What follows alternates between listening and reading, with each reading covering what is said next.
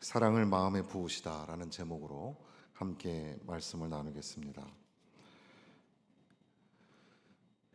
바울 사도는 로마서 5장 1절에서 우리가 믿음으로 의롭다 하심을 받았으니, 그러니까 예수 그리스도를 믿는 믿음으로 의롭다함을 받는다는 말씀을 지금까지 쭉 해왔는데, 그 이신칭의라는 믿음으로 의롭다함을 입다, 이것을 다시금 다른 각도에서 또 설명을 합니다.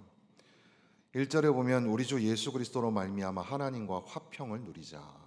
예수님을 믿으면, 예수님을 영접하면 하나님과 관계가 회복되고 하나님과 화평을 누리게 된다는 겁니다. 인간이 원래 하나님이 창조하시고 심히 좋았더라, 그렇게 지으신 바 하나님과 동행하던 인간이 죄를 지음으로 말미암아 하나님과의 관계가 단절되고, 이제 자기를 위해서 먹고 살기에 급급한 그런 욕망의 존재로 살아가게 되면서 하나님과의 관계가 깨지고 멀어지게 됩니다. 그런데 예수님을 믿으면, 예수님을 영접하면 이 관계가 회복되어진다는 거죠. 이것이 다분히 추상적인 것 같지만 우리가 이 땅에 살면서 예수님이 비유적으로 말씀하신 것처럼 한 사람이 두 주인을 섬길 수 없다. 그래서 재물을 섬기는 것과 하나님을 섬기는 것을 동시에 할 수 없다, 이런 말씀을 하셨잖아요. 그러니까 우리는 하나님을 섬긴다고, 하나님을 믿고 의지한다고 말은 하지만 사실은 물질을 더 많이 섬기고 재물을 더 좋아라 하고, 거기에 많이 이렇게 함몰되어 있으면 하나님과의 관계가 소원해지겠죠. 또는 우리는 사람을 너무 좋아해서, 우리 한국 사람의 성품 중에 그 사람을 좋아하고 축제와 이 향연, 잔치를 좋아하는 문화가 있습니다. 사람이 좋은 거예요. 그래서 술 잘 먹는 분들이 하는 말이 뭐죠? 술을 좋아하는 게 아니라 뭘 좋아한다고요? 사람이 좋아. 사람이 좋아서 그런다는 거죠. 사람을 너무 좋아해서 사람들 사이에 끼고 또 그들과 함께 놀고 하나님하고 함께 할 시간이 없는 거죠. 자기 자신을 더 좋아하고 자기의 계획, 자기의 욕망, 자기의 꿈. 사실은 하나님과 화평을 이룬다는 게 쉽지가 않은 거죠. 근데 예수님을 진짜 믿고 예수님을 영접하면 이 관계가 회복이 되어서 하나님 말씀 듣는 게 너무 좋고, 하나님께 나가 예배하는 게 너무 좋고, 찬양하는 게 참 귀하고 좋고, 그렇게 관계가 회복되어진다. 두 번째, 2절에는 그로 말미암아 우리가 믿음으로 서 있는 이 은혜에 들어감을 얻었으며 하나님의 영광을 바라고 즐거워하느니라. 예수님을 믿으면, 예수님을 영접하면 이제는 그 안에 은혜가 충만해지는 거예요. 은혜 없이는 살 수 없고 하나님의 놀라우신 은혜를 경험하게 됩니다. 그러니까는 장차 하나님의 영광을 바라보면서 즐거워할 수 있는 마음들이 생긴 거예요. 그게 다 하나님의 은혜예요. 그러니까 우리가 은혜를 받았다라는 것은 먼저 예수님을 믿고 예수님을 영접한 사람들이어야 알 수 있는 거죠. 그러니까 여러분의 삶 가운데도 하나님과 화평을 누려지고, 또 여러분 삶 가운데 은혜가 넘치고 장래에 하나님의 영광을 바라보면서 즐거워할 수 있는 그런 믿음의 삶이 생겨나기를 주님의 이름으로 축원합니다. 그런데 그렇게 되려면 예수님을 믿어야죠. 예수님을 믿고 예수님을 영접하셔야 합니다. 교회 다 와 있다고 해서 다 예수님을 믿고 영접하는 게 아니에요. 예수님을 듣고 알아도 예수님을 믿고 영접하는 것과는 사뭇 다른 이야기일 수도 있겠습니다. 계속해서 3절에는 예수님을 믿고 영접하는 자는 환난 중에도 즐거워하나니, 이 즐거워하다라는 말이 11절까지 세 번이 나오지 않습니까?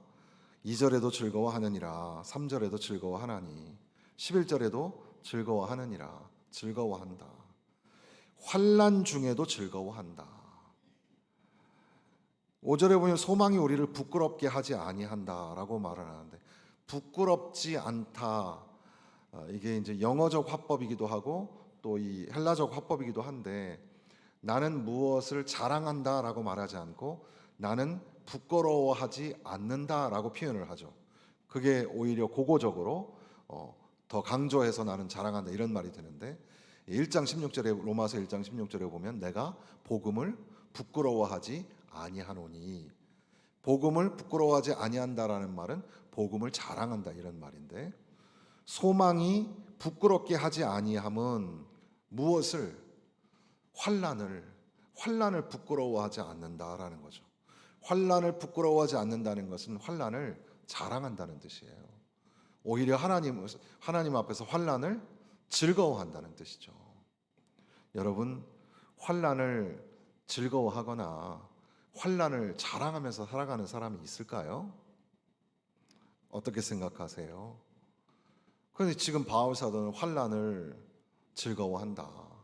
환난을 자랑한다. 이렇게 말씀하시는 겁니다. 우리에게 모두 환난이 있죠. 고난이 있습니다. 어려운 일이 있어요. 경제적으로, 물질적으로 어려움을 당하기도 하고 또 이 건강에 문제가 생기죠. 그냥 뭐 남들 다 겪는 그런 아픔이 아니라 정말 큰 충격으로 다가오는 그런 문제들이 우리 가운데 있죠. 가족 안에도 있고 여러분의 사업 또 직장이고 뭐 코로나 이후에 계속해서 회복되지 못하는 경제 사회 속에서 뭐 소상공인들의 어려움이 있다. 뿐 아니라 한 사람 한 사람 모두 무거운 부채에 시달리면서 살아가고 있다. 우리는 다 그렇게 고난을 당하고 환난을 당합니다. 그런데 그 환난을 즐거워하고 환난을 자랑할 수 있을까? 어떻게 하면 예수님을 믿으면 예수님을 영접하면 환난을 자랑할 수 있게 된다. 환난을 즐거워할 수 있게 된다. 왜냐하면 우리 안에 소망이 있기 때문에 소망이 그 환난을 부끄럽지 않게 하시기 때문에 그렇게 우리는 환난을 자랑하면서 살 수 있다는 거죠. 이 소망이라는 말은 보통 이제 미래적으로 쓰는 말이잖아요. 장래에 미래에 이러이러한 소망이 있다. 그런데 지금 여기서 쓰고 있는 소망은 환난과 연결되어서 지극히 현재라는 시간이고 오늘이라는 시간이죠. 그러니까 앞으로 마지막 날에 하나님 앞에 설 때에 영광 중에 하나님을 만날 거야. 이것도 소망이지만 그러니까 지금 여기서 말씀하시는 건 당장 오늘이라는 시간에 닥치는 환난과 시험과 유혹이라는 게 있어요. 그런데 그것을 버티고 견디고 오히려 인내하고 연단하고 소망하는 가운데에 즐거워하고 부끄러워하지 아니하고 자랑하는 그런 사람이 된다는 겁니다. 예수님을 믿으면 그런 일들이 일어나게 된다는 거죠. 바울 사도의 모습은 계속해서 디모데서를 통해서도 그렇고 서신서를 통해서도 그렇고 부끄러워하지 않는다. 부끄러워하지 마라. 이런 말씀을 여러 번 말씀하시지 않습니까? 그런 가운데에 로마서 8장에도 보면 그러나 이 모든 일에 우리가 넉넉히 이기느니라. 복음을 부끄러워하지 않을 뿐더러 오히려 넉넉히 이긴다라는 말씀으로 귀결하는 것이 마치 오늘 5장 5절에 있는 소망이 우리를 부끄럽게 하지 아니한다. 이런 말씀으로 연결해서 이해할 수 있겠습니다. 그런데 오늘 우리가 조금 더 깊이 보려고 하는 것은 5절에 나와 있는 하나님의 사랑이 우리 마음에 부은 바 됨이니 하나님의 사랑이 우리 마음에 이렇게 부어지게 되는 것 이게 무슨 의미일까? 하나님의 사랑 그러니까 여기서 말하는 것은 우리가 하나님을 향하여 가지고 있는 로열티 또는 충성심이라는 거 우리가 하나님을 향하여 지금 찬송가 가사에도 있었던 것처럼 이전보다 더욱 사랑합니다라는 고백을 우리가 하잖아요. 그런데 나의 사랑, 우리의 사랑이 중요한 게 아니라 여기서는 하나님의 사랑이 우리에게 부어지게 되었다. 하나님이 우리를 얼마나 사랑하시는지 그 사랑이 얼마나 크고 그 사랑이 얼마나 깊고 넓은지를 그렇게 선포하시는 겁니다. 하나님의 사랑. 그래서 칼빈은 어거스틴이 이 본문을 해석하기를 이제 인간의 사랑을 좀 강조하니까 성경을 잘못 이해한 것 같다라고 말하면서 여기서 강조하는 것은 우리의 사랑이 아니라 하나님의 사랑이라. 로이드 존스 목사님의 이르기까지 이것을 계속 강조합니다. 그러면서 이제 마음에 부은 바 되미니 부어지다. 영어로 pour out이라고 되어 있는 부어지다. 이것은 또는 쉐드업로드라고 해서 흘러 넘치다. 그래서 우리는 내게 강 같은 사랑, 샘솟는 기쁨, 강 같은 평화, 샘솟는 기쁨, 바다 같은 사랑, 넘치네 넘치네 이런 찬송 불렀었잖아요. 하나님의 사랑이 얼마나 큰지 하늘을 두루마리 삼고 바다를 먹물 삼아도 하나님의 크신 사랑을 다 기록할 수 없다. 하나님의 그 사랑, 그 큰 사랑. 근데 이 사랑이 막 부어지고 막 샘솟고 넘쳐나는 그런 사랑입니다. 퍼부어졌다. 사도행전 2장에 보면은 이제 오순절 성령강림이 임할 때 베드로가 요엘서를 인용하잖아요. 요엘서의 말씀에 보면 하나님이 말씀하시기를 말세에 내가 내 영으로 모든 육체에게 부어주리니 성령을 부어주신다. 사도행전 2장 33절 이하에 보면 하나님이 오른손으로 예수를 높이심에 그가 약속하신 성령을 아버지께 받아서 너희 보고 듣는 이것을 부어 주셨느니라. 이게 바로 풍부하고 용솟음치고 막 넘쳐오르고 부어지는 것. 그걸 이제 흘러 넘쳐지는 그런 사랑이 우리 마음에 부어지게 되었다. 그러니까 나야가라 폭포를 여러분 직접 보신 분들도 계시겠지만 어마어마한 폭포가 막 쏟아지죠. 직접 그런 폭포를 보지 못했다고 하더라도 우리가 계곡 같은 데 가도 막 폭포가 막 쏟아지잖아요. 막 물이 콸콸콸 쏟아집니다. 예전에는 우리나라는 현재도 지금 물 부족 국가이지만 세계 여러 나라를 돌아다녀 보면 우리나라가 물을 정말 풍족하게 쓰고 있다는 사실을 알게 됩니다. 불과 몇십 년 전만 해도 저희가 어렸을 때만 해도 동네에 물이 안 나와서 물차가 막 다니고 했었어요.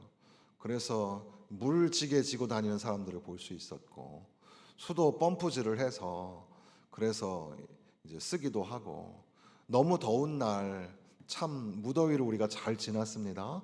너무 더운 날 수도가에 엎드려 가지고 물 한 바가지 등목하게 되면 시원해가지고 아이고 시원해. 지금도 선풍기나 에어컨이 실력 발휘를 못할 때 차가운 냉수를 머리 정수리에 막 쏟아 부으면 온몸이 막 시원하죠. 시원하다. 그러니까 하나님의 사랑이 우리에게 부어지는데 막 시원하고 하나님의 그 뜨거운 사랑이 우리가 막 뜨거워서 그래서 우리 아이들 부르는 옛날 복음성가에 보면 아 뜨거워 주님의 사랑 뭐 이런 노래도 있는데 하나님의 사랑이 막 뜨겁게 느껴지고 하나님의 사랑이 막 시원하게 막 느껴지는 그런 하나님의 사랑에 부어진 바 되어서 그래서 환난을 즐거워하고 환난을 자랑할 수 있게 된다는 사실입니다. 여기 마음이라는 단어가 나오죠. 하나님의 사랑이 마음에 부어진 바 되었다. 마음이라는 단어는 뭐 당연히 우리 인간에게 있어서의 그 성품의 중심, 심성의 중심인데 이것은 우리의 이성, 우리의 지성, 우리의 이해력만 의미하는 게 아닙니다. 이거는 정서와 느낌, 감수성, 감정도 포함하는 거죠. 여러분은 그 이성에 더 많이 무게를 주십니까? 아니면 감성에, 감정에 더 많이 무게를 주고 살고 있습니까? 결론은 둘 다 중요한 거예요. 둘 다. 우리가 이신칭이라는 것을 머리로 알고 교리적으로 이해했다고 해서 끝난 게 아니에요. 예수님을 믿고 영접한다는 게 얼마나 귀한 건지 하나님과의 관계가 회복되고 영광을 바라보고 즐거워하고 은혜 아니면 살 수 없다고 고백하는 그것은 머리로만 알아지는 게 아니라는 거죠. 하나님의 사랑이 특별히 우리 마음에 부어진다. 이걸 머리로 이성으로 어떻게 해석을 할 수 있겠습니까? 감성도 감정도 참 중요하죠. 물론 오늘날의 시대는 너무 지나치게 감정을 강조하는 게 문제예요. 감정이 참 중요하다는 것은 우리가 발견하고 있는 거예요. 그러니까 심리학자들이 요즘에 나오는 모든 심리학적인 것들은 보면 다 감정을 다뤄요. 감정이 중요하다. 상담도 다 감정 이야기예요. 미국에서 만든 영화, 대표적인 애니메이션 영화 중에 인사이드 아웃이라는 영화 있잖아요. 인사이드 아웃이 2탄까지 나온 건데 1탄은 그 라일리인가 그 아이 주인공의 그 머릿속에 그 마음속에 감정이 있는데, 그러니까 모든 사람에게 똑같이 그런 감정이 있는데 여러 감정의 요소 중에 뭐 이제 화도남도 있고 슬픔도 있고 뭐 등등이 있는데 기쁨이라는 감정이 있어서 그 기쁨이 모든 감정들을 이제 이끌어 간다. 그런 내용이고, 이제 2탄에서는 이 아이가 이제 좀 컸어요.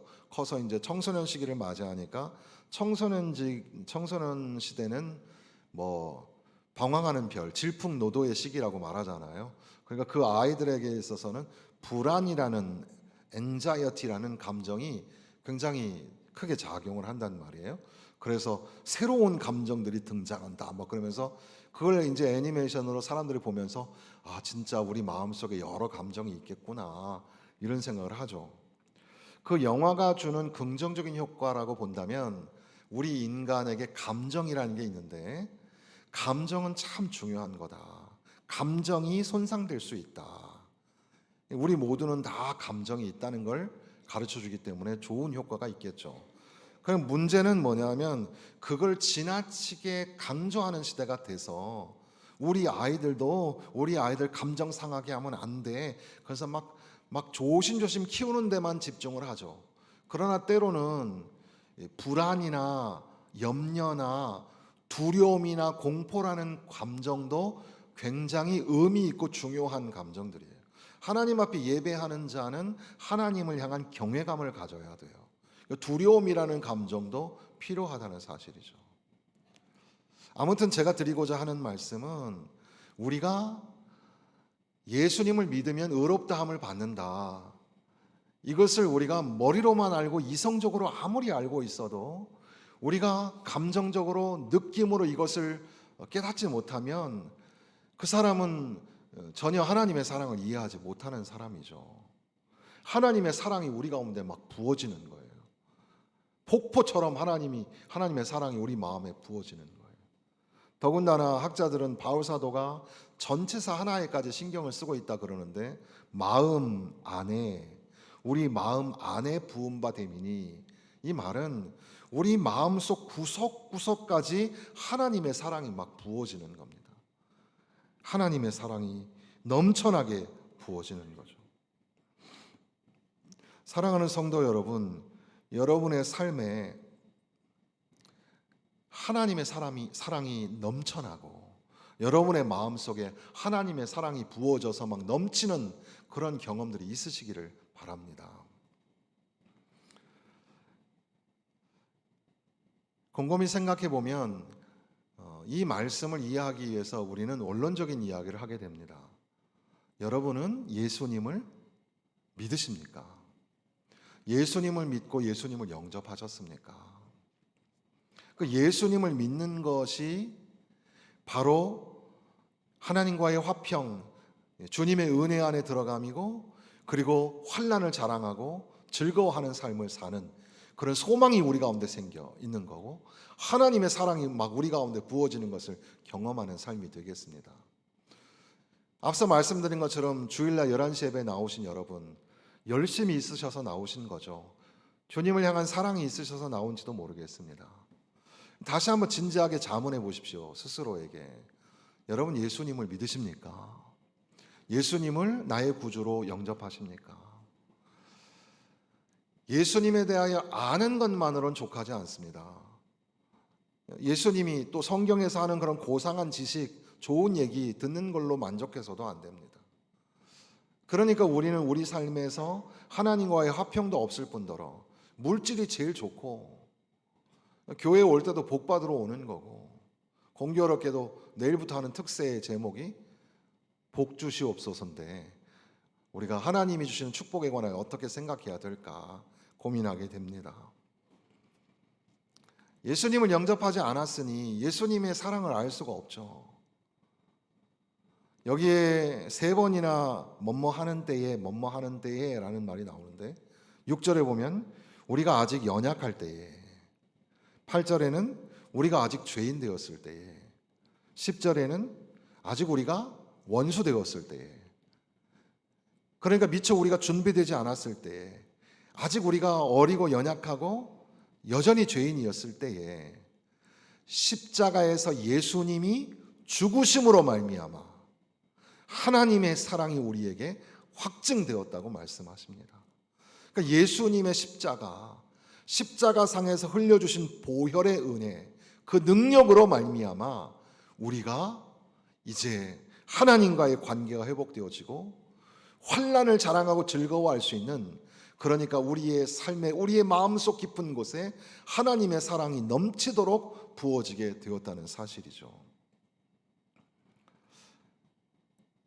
다시 이렇게 질문해 보는 겁니다. 여러분 삶에서, 여러분 마음속에 하나님의 사랑이 넘치도록 부어지는 것을 경험하고 있습니까? 그냥 나는 냉랭하고 밋밋한 그런 삶을 사는 거죠.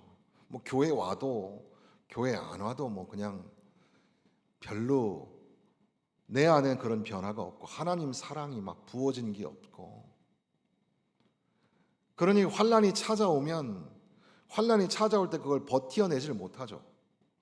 좌절하고 실망하고 떠나고 신앙도 버리고, 어떤 사람 막 술에 취하고, 그 어떤 형제가 저랑 나이가 동갑인데 이 친구는 힘들고 어려우면 꼭 술을 먹고 저한테 전화를 해요. 전에 제가 부목사였을 때 교회 성도인데, 목사님 그러면서 제정신으로 좀 전화 좀 하지. 술 취하면 속상해가지고. 술 취해서 가끔 전화하시는 분들이 계세요. 속상해서 그래요. 속상해서. 누가 나눌 사람이 없는, 내 마음속에 갈등이 있어요. 하나님의 사랑이면서 동시에 속상하니까 인생이, 그래서 막 힘들어해요. 어떤 사람은 다른 곳에 중독되기도 하고, 다른 곳에 빠져들어가기도 하고, 타락하고 방황하기도 하고 그렇게 됩니다. 그런데 하나님께서 우리에게 하나님의 은혜를 베풀어 주셔서, 우리에게 사랑을 베풀어 주셔서 독생자를 내어 주시고, 그분이 아낌없이 피를 흘려 죽으시기까지 그렇게 우리를 사랑하셨는데, 그 예수님을 믿고 그 사랑에 겨워서 감격해서 살면, 그러면 하나님의 사랑이 막 우리 가운데 막 부어지게 되고, 내가 환난 중에 있지만 환난 중에 도리어 즐거워하고 자랑하고, 고난 중에 내가 내 마음이 확정하고 노래하겠다고 결심했던 다윗처럼 말이에요. 우리의 삶에 환난이 찾아오죠. 근데 성도들에게 또는 목사님에게 찾아가서 간증을 하기를, 제가요 너무너무 힘들었어요. 너무너무 힘들었는데 하나님이 말씀하시는 그 말씀에 힘을 얻고, 목사님이 어떻게 딱 나에게 딱 맞는 말씀을, 하나님 말씀을 소개해 주셔서 그 말씀에 또 일어나고요, 또 다시 일어났어요. 눈물을 훔치면서 그렇게 말씀하시는 성도들을 자주 보게 됩니다. 바로 그렇게 환난이 우리에게 엄연히 사실이지만, 고난이 우리에게 찾아오지만, 그럼에도 불구하고 믿음으로 버티고 견디어내면서, 환난은 인내를, 인내는 연단은 연단을, 소망을 낳는 줄 알아서 오히려 즐거워하는,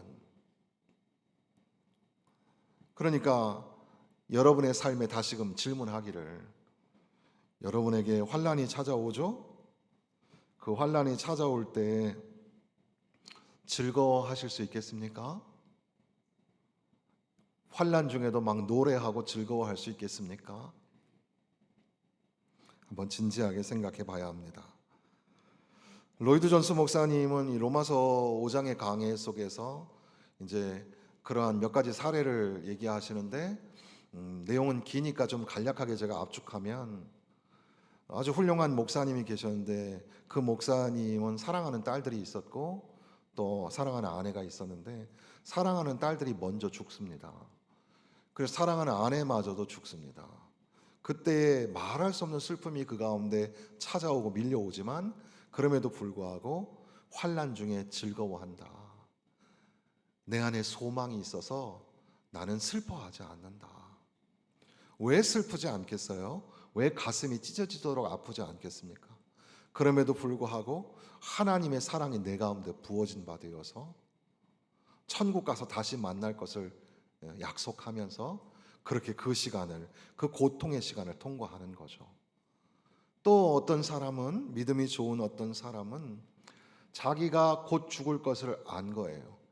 기침 소리가 심상치 않고 기침할 때마다 허리와 온몸이 쑤시고 그래서 곧 내가 죽을 걸 알아요.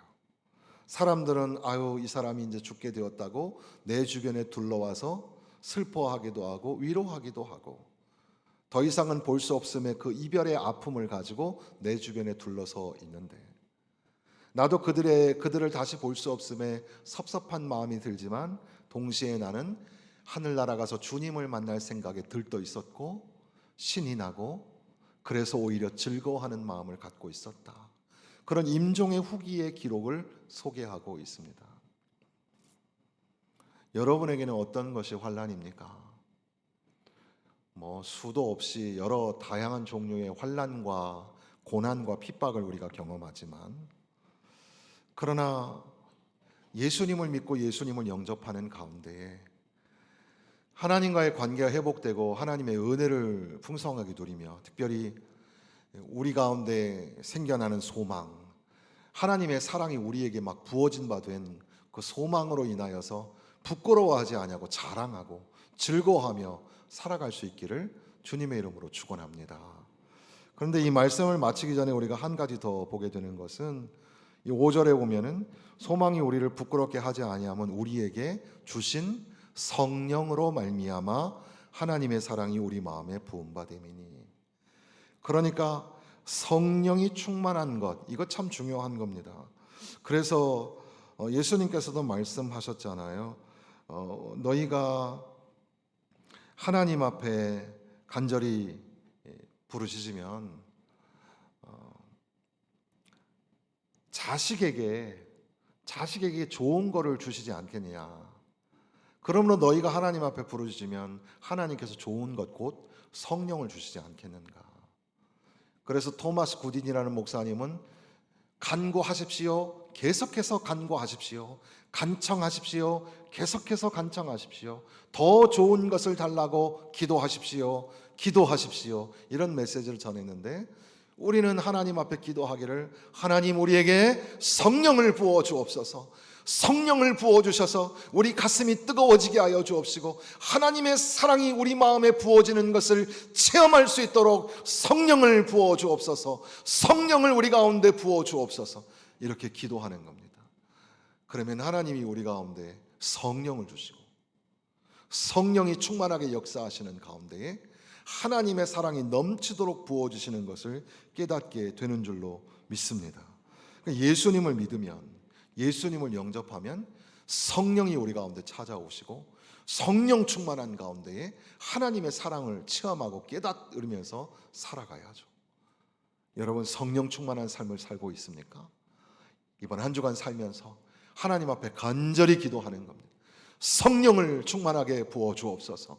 하나님의 사랑이 우리의 삶 가운데 우리 마음에 구석구석 부어지는 것을 체험하기를 원하오니 성령 충만하게 하여 주옵소서. 성령으로 충만하게 하여 주옵소서. 주여 예수님을 믿는다는 것이 머리로만 믿는 것이 아니라 내 가슴으로 지정의 모든 인격으로 주님을 모시고 영접하는 가운데에 하나님의 사랑을 깨달아 오히려 환난 중에도 즐거워하고 자랑하며 살게 하여 주옵소서. 하나님의 그 크신 사랑, 그 하나님의 크신 사랑을 노래하며 찬송하며 살아가시는 저와 여러분 되시기를 주님의 이름으로 축원합니다.